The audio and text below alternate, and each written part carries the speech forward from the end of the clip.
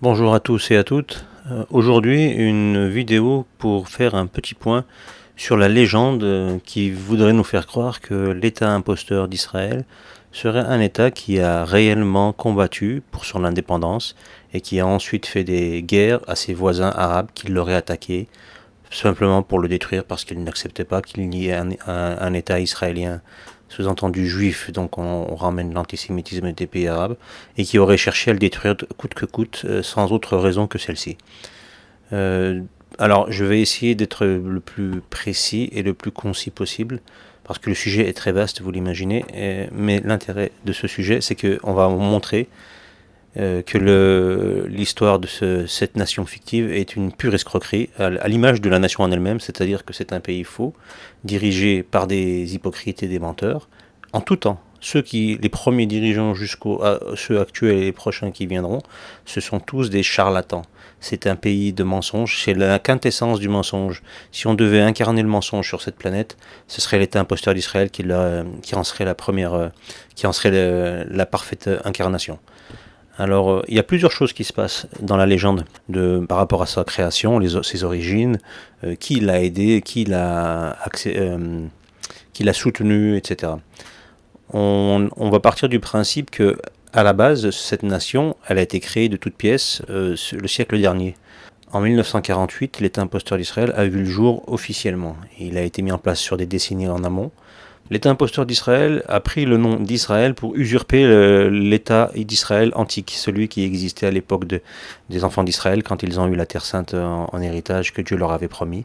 Il l'avait promise à la base aux enfants d'Israël, aux Israélites, non aux Juifs, parce que ça, c'est aussi la première escroquerie qu'ils nous ont fait accepter, c'est de faire croire que eux, les Juifs, ont eu accès à la Torah. Alors, Dieu leur a apporté la Torah via Moïse, et qu'en plus il leur a offert la Terre Sainte, ce qui est totalement faux. La Terre Sainte, comme la Torah, a été donnée, la Terre Sainte a été promise aux enfants d'Israël, et la Torah a été remise aux enfants d'Israël, mais jamais aux Juifs, ni la Torah, ni la Terre Sainte. Les Israélites sont ceux dont la Torah parle, et à qui elle a validé, elle a offert la Terre Sainte, à condition, il fallait respecter ces conditions pour pouvoir s'y maintenir sur place. Les Juifs ont détourné tout ça, les Juifs qui sont issus des enfants d'Israël, mais qui ont développé une secte qu'on appelle le judaïsme, qui sont accaparés en leur nom propre la Torah, et qui l'ont modifiée, etc., et qui en plus se sont accaparés cette promesse qui est fausse, puisqu'elle n'était pas adressée à eux. Et surtout, ils ont juste aussi oublié, mais c'est normal, ça fait partie du stratège de cette politique mensongère d'Israël, c'est que la promesse de la Terre Sainte, elle était faite à condition de respecter les commandements divins. Ce qui n'a pas été le cas, et Dieu les a chassés, les Israélites. Il a chassé les Israélites et les Juifs sont arrivés après ça pour s'accaparer tout ça en occultant évidemment ces promesses et qu'ils ont assimilé les enfants d'Israël aux Juifs, ce qui est totalement faux. Un minimum de recherche permet de lever le lièvre assez facilement d'ailleurs, mais encore faut-il faire l'effort. Et beaucoup ne le font pas malheureusement. Donc cette escroquerie permet de justement aujourd'hui, à l'heure actuelle, de faire la confusion entre les Israéliens, les Israélites, les enfants d'Israël, ceux qui pratiquaient le culte israélite tel qu'il était dans la Torah avant que sa falsification, et ceux qui veulent savoir ce qui est falsifié ou pas, qu'ils se documentent. Je ne pourrais pas en parler ici, c'est trop long. Actuellement, les Israéliens, les Juifs israéliens, se font accepter comme étant les descendants donc des enfants d'Israël, alors que c'est totalement faux. Premièrement, parce que déjà, ils ne sont pas des Israélites, ce sont des Juifs. Et deuxièmement, ils ne sont pas génétiquement des descendants, ils ne sont pas sémites. Donc ils n'ont aucun lien familial, aucun lien de parenté avec les sémites de l'époque, les derniers sémites qui étaient en Palestine et qui se sont fait chasser par les Romains. Donc c'est des Ashkénazes à 95% pour la plupart d'entre eux, ceux qui peuplent Israël actuellement, et également tous les Juifs du monde entier en réalité. Les peu de sémites qui restent, et encore faut-il le prouver, c'est ceux qui viennent du Moyen-Orient et du Maghreb.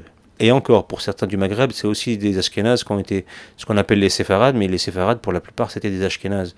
Ils étaient en Europe, ils se sont fait chasser en Espagne, au Portugal, ils sont ensuite partis, ils se sont fait chasser de là-bas, ils sont partis au Maghreb, dans l'Empire ottoman, et pour certains, donc c'était des Ashkénazes à la base. Ils sont devenus juste Séfarades, ils ont voyagé. Par rapport à l'Europe, ils sont partis au Moyen-Orient ou au Maghreb. Voilà. Et encore, et le peu de pourcentage qui était éventuellement sémite, donc qui est parti du Levant, à l'époque de l'État d'Israël authentique au départ, et ben on les trouve plus, il faut les chercher. Et pour certains, ils sont restés en Palestine, ils sont devenus musulmans, chrétiens et musulmans finalement. Donc si on cherche bien, les vrais sémites parmi les juifs, il y en a, on peut les compter quasiment sur les doigts de la main. J'exagère un peu quand même, mais ils sont pas très nombreux. On nous explique, et c'est là où la légende elle s'accélère et elle prend vraiment place maintenant, c'est que ce pays a fait une déclaration d'indépendance et qu'il a été aussitôt attaqué par les pays voisins. Alors il faudrait bien comprendre une chose, il n'a pas été attaqué, il a été... D'abord les Britanniques étaient là, ils faisaient tampon, c'était sous protectorat britannique. Les Français, les Anglais, les Français étaient en Irak, au Liban, en Syrie, et les Américains, et les Britanniques, pardon, ils étaient en Palestine, et ils géraient l'Irak également, si je dis pas de bêtises. Je dis ça de tête, c'est quelque chose comme ça. Enfin en tout cas ils avaient la Palestine, c'est sûr. La France avait le Liban et la Syrie. Le point initial, c'est le plan de partage. Quand on a déclaré l'indépendance de l'État d'Israël, on avait fait un plan de partage pour les Juifs, et il était à peu près plus ou moins entre guillemets la moitié pour les Juifs et la moitié pour les Palestiniens. Sauf que les pays voisins le refusaient. On les dépouillait, c'était quand même difficile. Et même si on va nous dire qu'ils ont acheté des terrains, ce qui est vrai, à quel prix et de quelle manière? Là, il y a un sujet à faire, hein, parce que toutes les terres n'ont pas été vendues. Et elles ont été vendues pour certaines. Il y a eu une réforme foncière des lois ottomanes au niveau de la propriété foncière, donc quelques décennies avant justement la création de l'État d'Israël, où ils ont réussi, alors j'ai pas les termes exacts, où ils ont réussi à agglomérer des lots de terrain sur un seul acte de vente, et à l'insu de la plupart des propriétaires. Donc il y avait une personne qui faisait un acte, qui regroupait 10, 20, 30, 40 lopins de terre sous un seul nom. Sauf que les propriétaires des terrains eux-mêmes ne le savaient pas, n'étaient pas au courant. Et il y avait un représentant, alors c'était l'État ottoman qui faisait ça, donc c'était de l'administration. Il y avait un représentant qui arrivait, et les migrants juifs autour des années 1920, 30 et 40, quand ils ont commencé à émigrer en masse, même au début du siècle, ils ont acheté des lots comme ça de terrain. Et il y a des Palestiniens qui n'auront pas su que leur terrain était vendu à cause de cette loi. Donc une loi que moi je soupçonne, il faudrait que je fasse mes recherches, mais je la soupçonne clairement d'avoir été faite par des Dunmonais. Clairement, des Dunmonais qui étaient infiltrés donc depuis toujours, hein, depuis des siècles, depuis 3-4 siècles, puisque 1666 est apparue cette secte avec Tzabata Zevi, et qui ensuite a fait des émules pendant des siècles, et ça s'est pérennisé au sein de l'administration ottomane. Les Domnés sont toujours là, Domnés. Ils sont toujours là, ces sabbatéistes, et je pense que cette loi est initiée par des gens de cette tribu, cette secte, pardon, et qui ont ensuite fait en anticipation pour comment dépouiller un pays rapidement. Ils ont rusé avec des lois dans le genre, des réformes foncières, et comme par hasard, l'immigration juive en a bien profité. Donc on a vendu des lots de terrain à l'insu des propriétaires terriens. Pas tous, mais beaucoup ont été vendus comme ça, donc il y a beaucoup qui n'auraient pas vendu. Et ensuite, on a eu donc la plupart c'était de la spoliation avec le plan de partage, et ensuite il y a eu la colonisation. Mais ça c'est pour en revenir à la guerre de 48, on a dépouillé la moitié de l'État, on l'a donné aux juifs migrants. Et ça c'était un acte impossible à accepter, c'était logique. N'importe quel pays au monde aurait refusé. Si on avait fait un plan de partage de la France, si c'était le cas, on aurait pris la moitié du pays, on l'aurait donné à des immigrants juifs, la moitié du pays, hein, et l'autre moitié on la laisse aux autochtones français qui sont à l'époque, peut-être ils étaient 40 millions, dans les années 40, 50 on va dire, qu'est-ce qui serait passé? Les Français auraient croisé les bras, auraient regardé les juifs prendre leur terrain, et ils arrivent au nom de Dieu, chez vous. Qu'est-ce que vous dites? La question se pose ou pas? Est-ce qu'il y a besoin de réfléchir longtemps? Et après, si on commence à me dire, oui, mais les Palestiniens, ils viennent d'ailleurs, je renvoie toujours la même chose. Les Juifs, si on reprend même les enfants d'Israël, leur origine, on la trouve en Irak, à Our. Donc, s'il vous plaît, monsieur, ceux qui viendraient me dire que les Juifs ont leur terre ancestrale en Palestine, c'est des menteurs qui révisent leur histoire. Elle est inscrite également dans leur Torah, falsifiée pourtant, mais ça, ils n'ont pas pu l'enlever. Abraham, le père du monothéisme, et qui serait, selon les juifs, le père du judaïsme, ce qui deviendra le judaïsme, mais c'était lui l'initiateur, et la lignée, elle commence par lui. Il vient de Our en Irak, donc les juifs, ils n'ont aucune légitimité, ni ancestrale, ni quoi que ce soit, sur cette terre. Au départ, l'armée israélienne a eu du mal, et ensuite elle s'est ressaisie, elle a commencé à réussir à tenir tête aux armées arabes. Et la question de ce qui se pose, c'est pourquoi, comment ils ont fait? Un pays tout neuf, une armée toute neuve, pauvres petits Israéliens, comment ils ont fait? Il n'y a aucun mystère. Les réponses, elles sont très très simples. Israël est soutenu sur deux points, deux sources convergentes. Pour soutenir le combat contre les armées arabes, Tzahal n'a pas de mystère, n'a pas de secret. C'est pas des super rangers, c'est pas des power rangers, c'est pas des super samouraïs combattants qui ont peur de rien, qui combattent tout le monde. C'est pas des Goliaths, hein. C'est pas des David contre Goliath selon la Torah et leur légende israélienne du petit pays, petit peuple qui détruit les géants, rien du tout, tout ça, il n'y a pas de mystère. Les secrets sont simples, c'est l'argent et les armes. L'argent, ils le reçoivent, ils sont soutenus financièrement par la communauté juive américaine, une des plus importantes au monde. Et à l'époque, ils étaient là ils ont tout fait pour que l'État Israël existe. Ils ont soutenu jusqu'au bout pendant les conflits contre les nations arabes financièrement. Et en parallèle, militairement, donc avec cet argent-là, ils ont pu aussi, et donc surtout acheter des armes dans les ex-pays communistes, enfin ceux qui deviendront les ex-pays communistes, puisqu'ils l'étaient à l'époque. Donc dans les pays communistes, ils ont réussi à s'acheter des armes, ils ont été soutenus financièrement et militairement par les Américains et les pays communistes. En parallèle à ça, en plus de ça, ils avaient des groupuscules terroristes qui allaient zigouiller des gens dans les villages palestiniens. Ils les tuaient, des organisations de terreur, tout simplement, des terroristes. Et il y a eu quelque chose de très étrange, c'est que pendant cette guerre d'indépendance, il y a eu des dirigeants arabes qui ont expliqué aux populations palestiniennes, pendant ces combats, aux palestiniennes et arabes, pendant ces combats, ne restez pas, voilà, quittez vos maisons pendant que les combats, le temps qu'on gagne la guerre, et vous reviendrez. Et ce qui a fait que beaucoup se sont exilés. Bon, il y a déjà eu ceux qui ont eu peur, et puis il y a eu beaucoup qui ont suivi ces recommandations. Ce qui fait qu'il y a beaucoup de gens qui ont quitté leur maison, ils ont attendu que les conflits s'arrêtent. Et sauf que ils n'ont jamais été acceptés par Israël une fois que les conflits se sont arrêtés.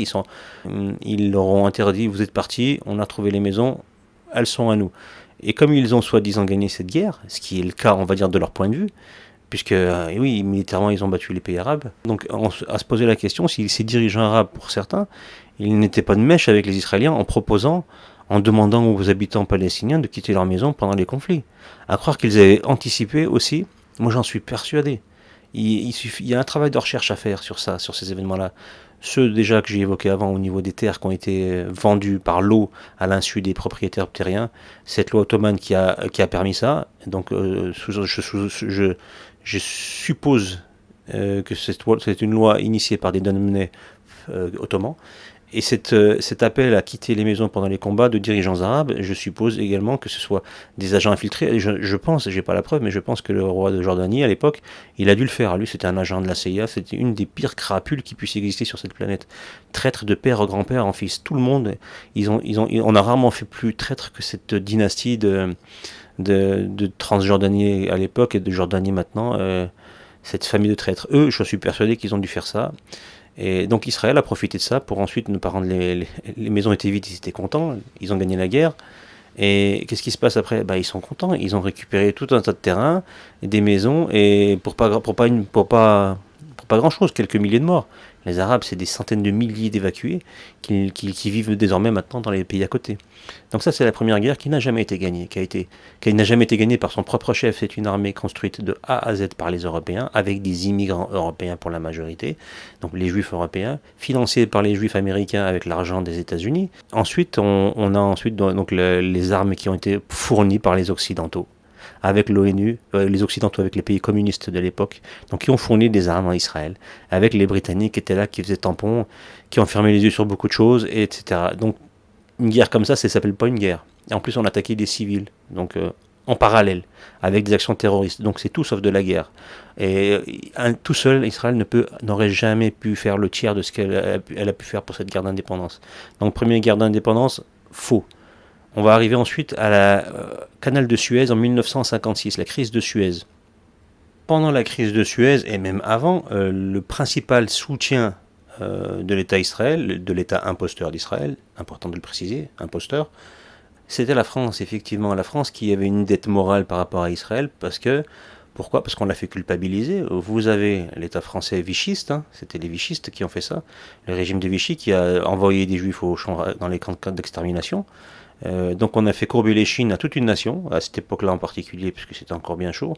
On a dit pour vos crimes que vous avez auxquels vous avez accepté de participer, vous allez faire repentance éternelle à Israël. Donc à partir de maintenant, puis les Allemands aussi, mais les Français c'était quand même particulier. La guerre a quand même eu lieu essentiellement en France. Il y a eu une occupation militaire en France. Les gens peut-être l'oublient souvent, mais la France a été occupée militairement à cause de choses qui l'ont dépassée. Et elle a subi des choses et elle a continué à en subir après. La France est un pays qui a été victime à cause de ses dirigeants. Ses dirigeants sont coupables et sa population, elle est victime et elle a subi sur son propre sol une colonisation, entre guillemets, mais c'était une occupation militaire. Donc ce qui s'est passé en France a permis de forcer la France à devenir le laquais d'Israël. Donc après la guerre d'indépendance, jusqu'à ce que les États-Unis prennent le relais, c'était la France qui était le laquais d'Israël, et c'était le principal soutien politique et aussi militaire d'Israël pendant ces années 50, 60, jusqu'au tournant des années 60, un peu avant les années 70, où c'est les Américains qui ont pris le relais. Et en particulier à l'époque de la guerre d'indépendance en Algérie, où l'Algérie faisait sa guerre d'indépendance, donc à partir de 54, les événements ont commencé à avoir lieu, mais on va dire 54-62.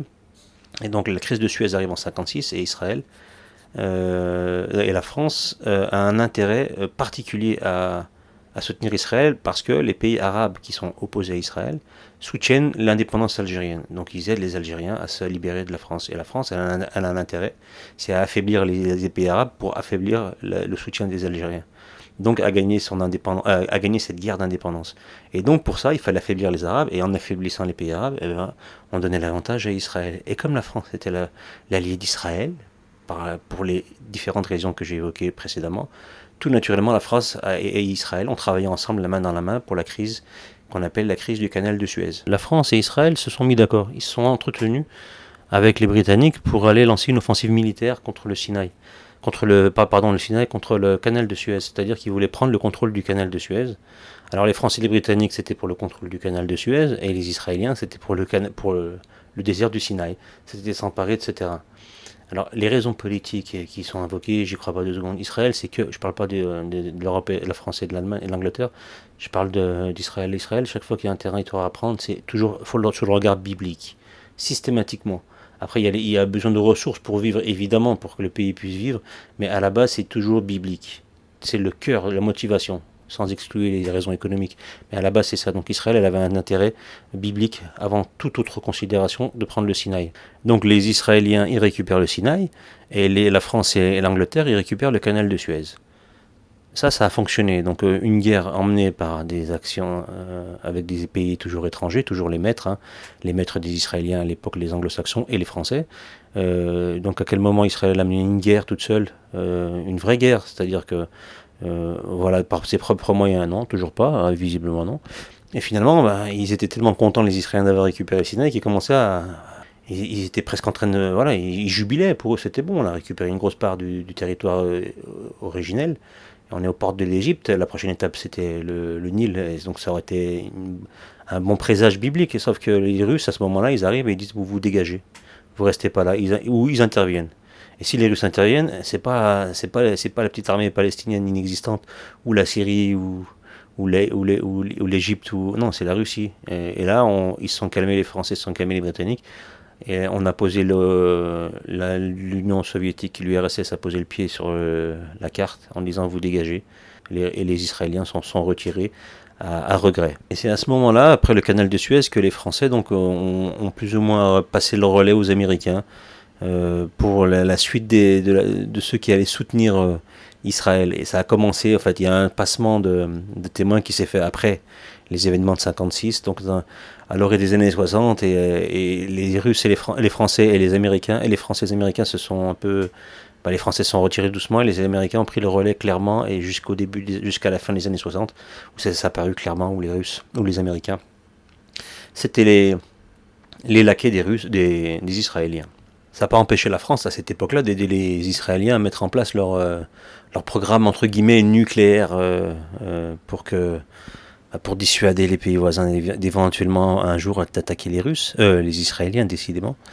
Et ça, on l'a découvert que plus tard. Enfin, on a aussi un fait important, c'est que les Israéliens, selon la légende, auraient volé les plans de la bombe atomique française avec des espions, avec des Sayanim. Les Sayanim, ce sont les espions juifs, de confession juive, ou même voire des sympathisants simplement de l'État juif, qui travaillent en dépouillant des secrets de pays dans lesquels ils vivent, que ce soit en France, en Allemagne, aux États-Unis, en Russie, au Moyen-Orient, en Amérique du Sud, partout. Partout où il y a un intérêt à espionner et à voler des données, secrets défense, technologiques, ou peu importe le domaine, pour Israël, les Sayanim, c'est-à-dire un Sayan, c'est un espion, comme un sympathisant à la cause juive. Et donc ces Sayanim, de par le monde, ils agissent toujours dans l'intérêt d'Israël. Et ça a toujours existé. Et ça existera toujours. Il n'y a pas un pays au monde où il n'y a pas un saillant qui agit pour l'entité sioniste scélérate. Il n'y a pas, ça n'existe pas. Qu'on parte en Mongolie, peut-être en Antarctique, mais au pôle Nord, mais comme c'est pas des nations à proprement parler, et encore les scientifiques qui sont là-bas, je suis même pas sûr qu'ils soient pas affiliés plus ou moins avec l'état imposteur d'Israël, à aller savoir. En cherchant un petit peu, je suis sûr qu'on peut trouver. L'intérêt, c'est que à ce moment-là, donc les Français ont beaucoup collaboré pour aider le développement de l'industrie de la défense militaire atomique israélienne, et en plus de s'être fait dépouiller par les Sayanim, pardon, qui ont volé les plans au nez à la barbe de l'État français. Ça, c'est juste magnifique. Et c'est-à-dire que c'est de l'espionnage industriel, c'est des en langage pénal, on appelle ça d'intelligence avec l'ennemi, surtout dans les domaines militaires. Donc ça relève du tribunal militaire, et ça relève aussi de la haute trahison, donc ça mérite la peine de mort. En temps normal, c'est des traîtres à la nation qui ont fait ça. Et en fait, le principe des Sayanim, c'est que c'est des traîtres, c'est une organisation de traîtres. De gens qui vivent dans vos pays respectifs de par le monde. Tous ces gens-là, ils vivent, ils ont été éduqués, ils travaillent, ils grandissent, ils ont été soignés, ils se sont enrichis pour certains dans ces pays hôtes, qui les ont donc fait grandir dans leur sein, et pour toute récompense, ils ont juste dépouillé des secrets les plus importants de ces pays, et ils l'ont vendu, l'ont offert. En général, ils les offrent, ils les offrent à leur pays de cœur. Voilà la reconnaissance de ces Sayanim. Et cette mentalité, on la retrouve donc dans dans les actes de cette nation qui vole, et qui fait des guerres préventives, entre guillemets, dans le dos, aidée de tous les gens qu'elle arrive à manipuler, et en particulier les nations qu'elle arrive à manipuler, sans quoi elle ne peut rien faire. La guerre d'indépendance et la guerre de 56, le conflit de Suez de 56, en est une des preuves éclatantes. Mais les deux conflits ensuite qui restent à venir, qui sont celui de la guerre des 6 jours de 67 et ensuite de la guerre de Kippour en 73, ces deux conflits-là, ils sont beaucoup plus poussés dans la traîtrise. Là, ils sont allés jusqu'au bout de ce qu'ils pouvaient faire à l'époque. Arrive enfin la guerre dite des 6 jours, la fameuse guerre. Celle qui est un rappel qui rappelle furieusement le fait que, selon la Torah, Dieu a créé le monde en 6 jours, et le 7e jour il s'est reposé, le Shabbat. Et ici, Dieu, ce n'est pas lui qui crée, c'est Israël qui fait la guerre en 6 jours, et c'est pas le monde qu'elle fait, elle détruit une nation, un ennemi, puisque pour le coup c'est les nations arabes, c'est Ishmaël, comme diraient les juifs qui nous parlent d'eschatologie et de guerre que le grand Israël, la grande nation israélienne va mener dans la fin des temps. Et nous y sommes à la fin des temps. Et donc Ishmaël, les Arabes, se sont fait détruire par l'armée israélienne, selon leur légende, en 6 jours. Alors il faut bien comprendre que ces 6 jours-là, ils ne sont pas arrivés par hasard, parce que pour détruire une armée ou des armées en si peu de temps, c'est pas en frontal, non, ça se fait toujours comme à l'accoutumée avec l'armée israélienne, par la traîtrise et la ruse. Il faut savoir 2 choses. La première chose, c'est que l'armée égyptienne était la plus puissante de la région à l'époque. Il y a eu une coalition de pays arabes qui ont décidé de se mettre en ordre de marche pour plus ou moins à court ou moyen terme attaquer Israël à un moment qu'ils jugeraient opportun.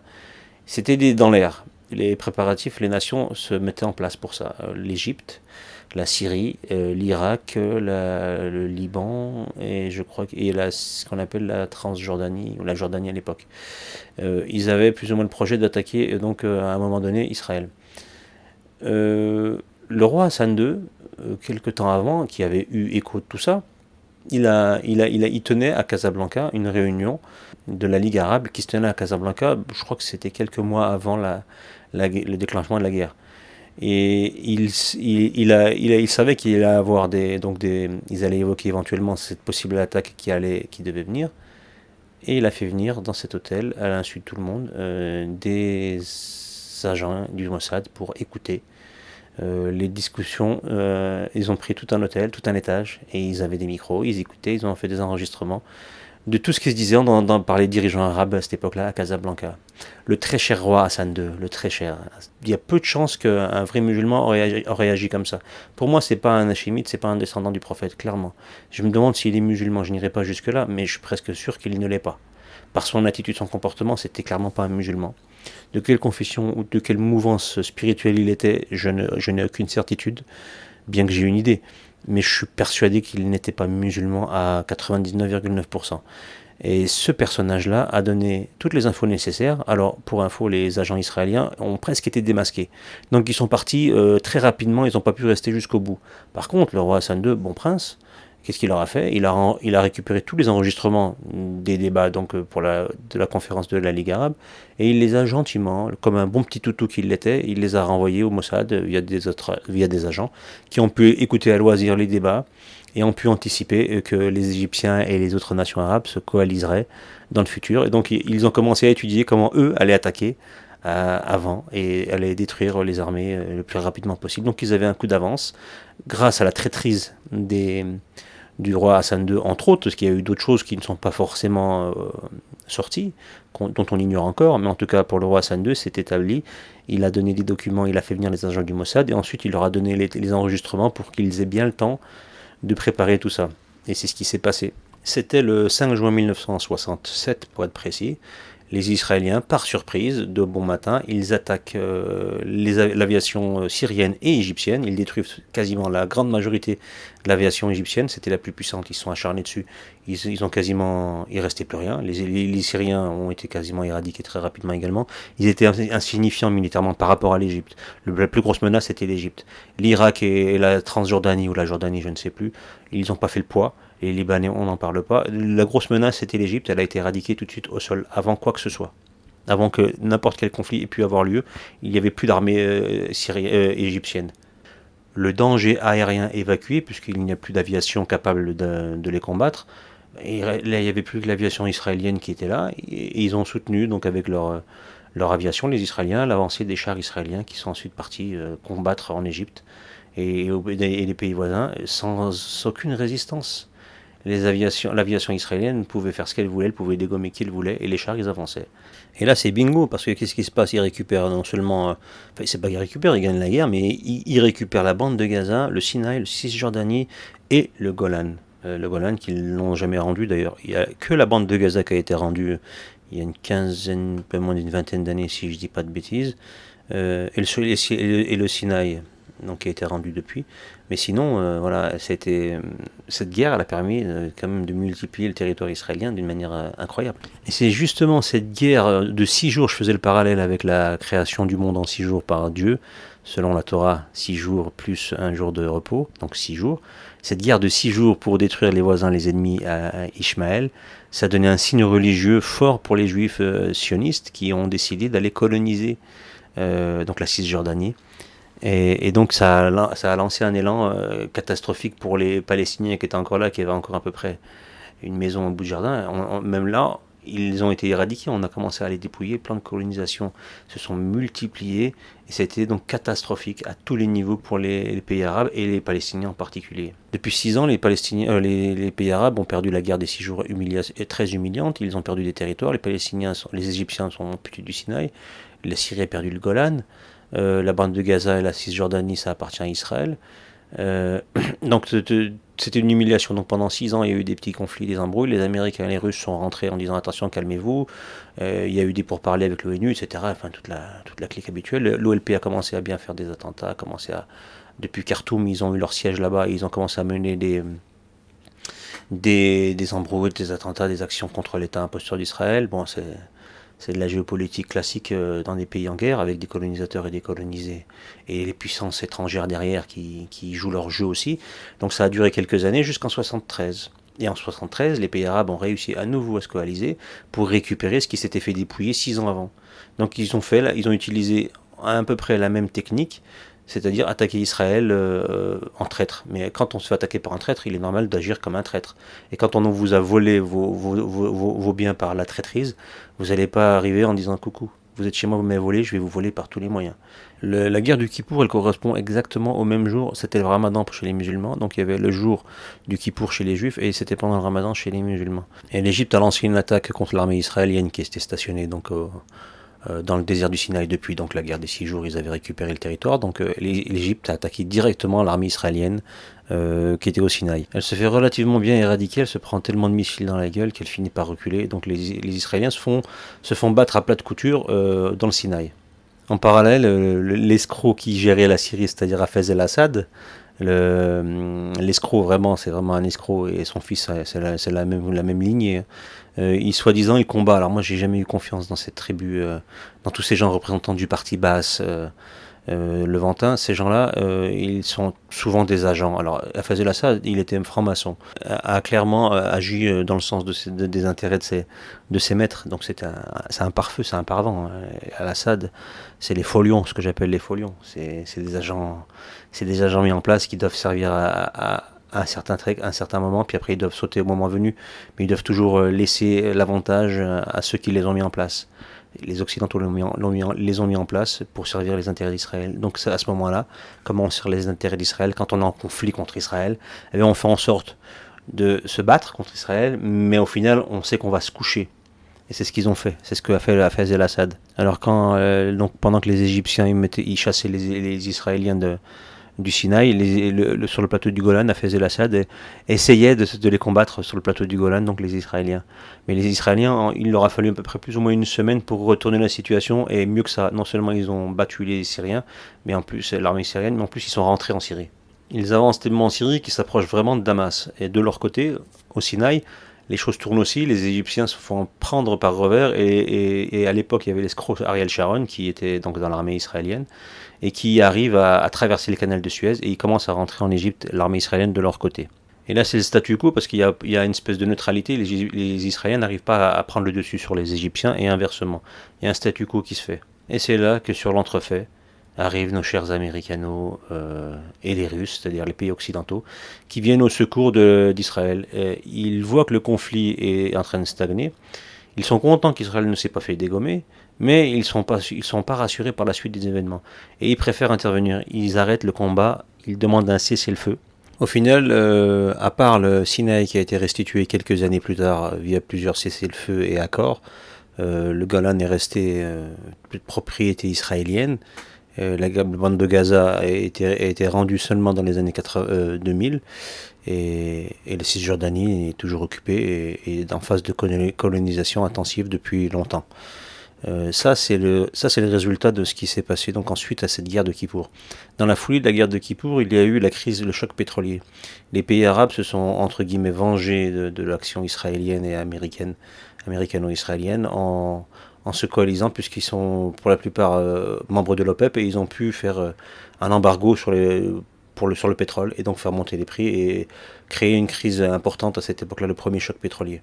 C'est une des suites de cette guerre de Kippour. Alors pour aller plus loin par rapport à la guerre de Kippour, parce que il y a beaucoup d'informations, en particulier sur Anwar el-Sadat, qui était président d'Égypte à l'époque, et son éventuelle traîtrise. J'en ai pas parlé là parce que c'est trop long, parce que ça expliquerait certaines dans cette guerre de Kippour, qui est donc la dernière menée par les pays voisins avec Israël, la réelle et véritable dernière guerre que Israël a menée. Les guerres qu'il a menées plus tard contre les Palestiniens, parce que c'est ce qu'il sait toujours faire de mieux, c'est de se battre contre des civils, ou contre le Hezbollah au Liban, donc c'est pas des vraies guerres, et la guerre qu'il a entre guillemets menée contre le Hezbollah, il s'est pris une dérouillée. Et c'est suffisamment documenté. Et donc là, quand il a eu des vrais combattants en face, c'était un imposteur, n'a pas tenu la route, et il aurait pu se faire méchamment exterminer s'il n'avait pas eu la lâcheté, comme toujours, de se retirer comme des pleutres. Et ensuite de trouver des prétextes, bref, et de droguer évidemment leurs soldats pour qu'ils aient le courage qu'ils n'ont jamais eu, c'est-à-dire se battre contre des vrais combattants, comme des soi-disant hommes qu'ils ne sont pas. Donc il y a un document très important qui est très intéressant, du moins, qui explique certaines choses par rapport aux relations qu'il y avait entre Anwar el-Sadat, Golda Meir et Kissinger au niveau de l'arrangement par rapport à ce conflit. Alors il y a beaucoup d'informations, je vais mettre en lien l'article qui en parle. En tout cas, ça éclaire sous un nouveau jour ce conflit, avec l'éventuelle participation dans une organisation concertée de ce conflit, donc par les Égyptiens, les Israéliens et les Américains.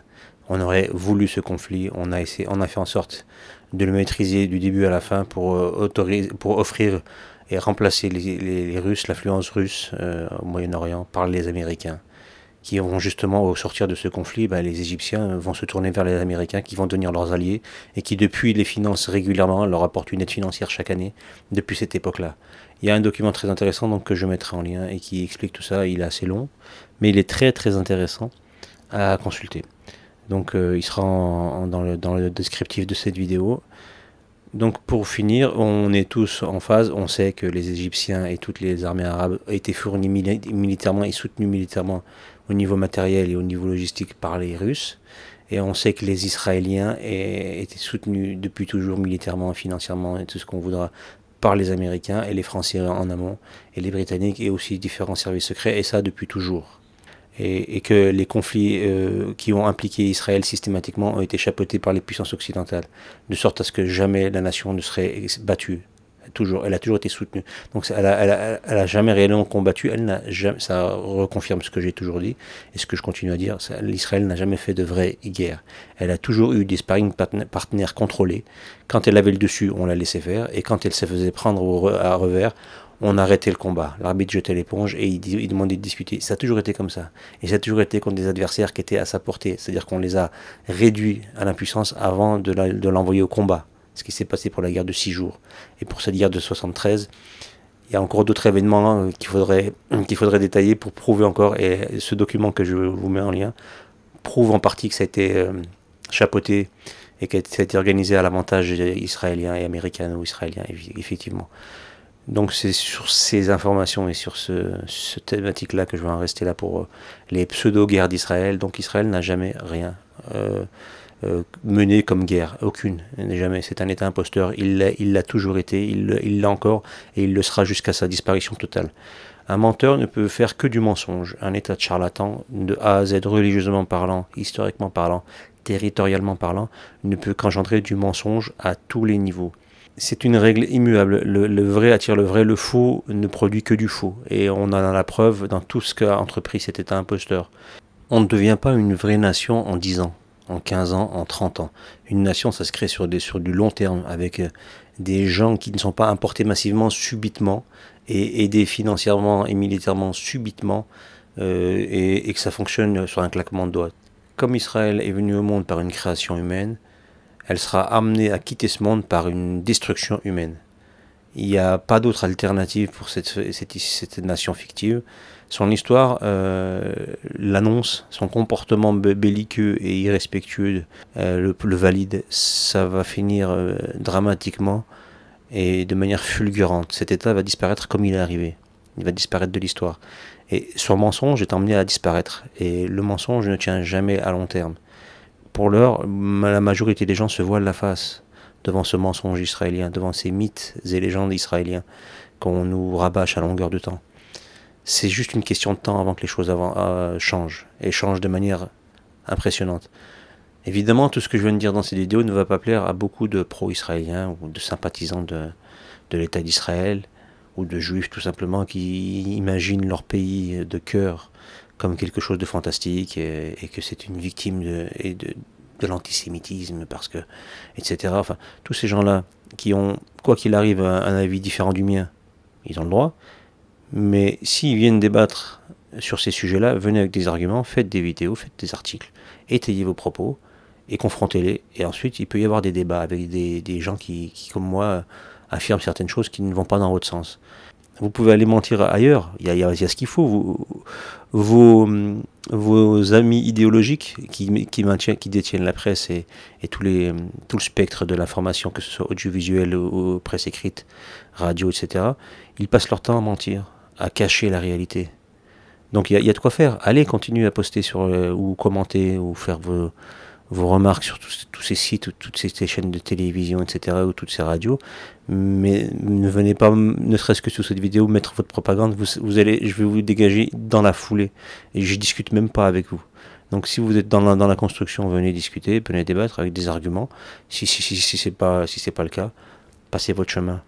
Donc sur ce, si vous avez des questions, des remarques, ou si vous voulez éventuellement que j'aborde un autre sujet dans une prochaine vidéo, dans la mesure du possible, et donc de mes capacités à savoir de quoi je parle, si je peux en parler, j'en parle avec grand plaisir. N'hésitez pas à le faire sous la vidéo. Et pour le reste, je vous dis à très bientôt, j'espère.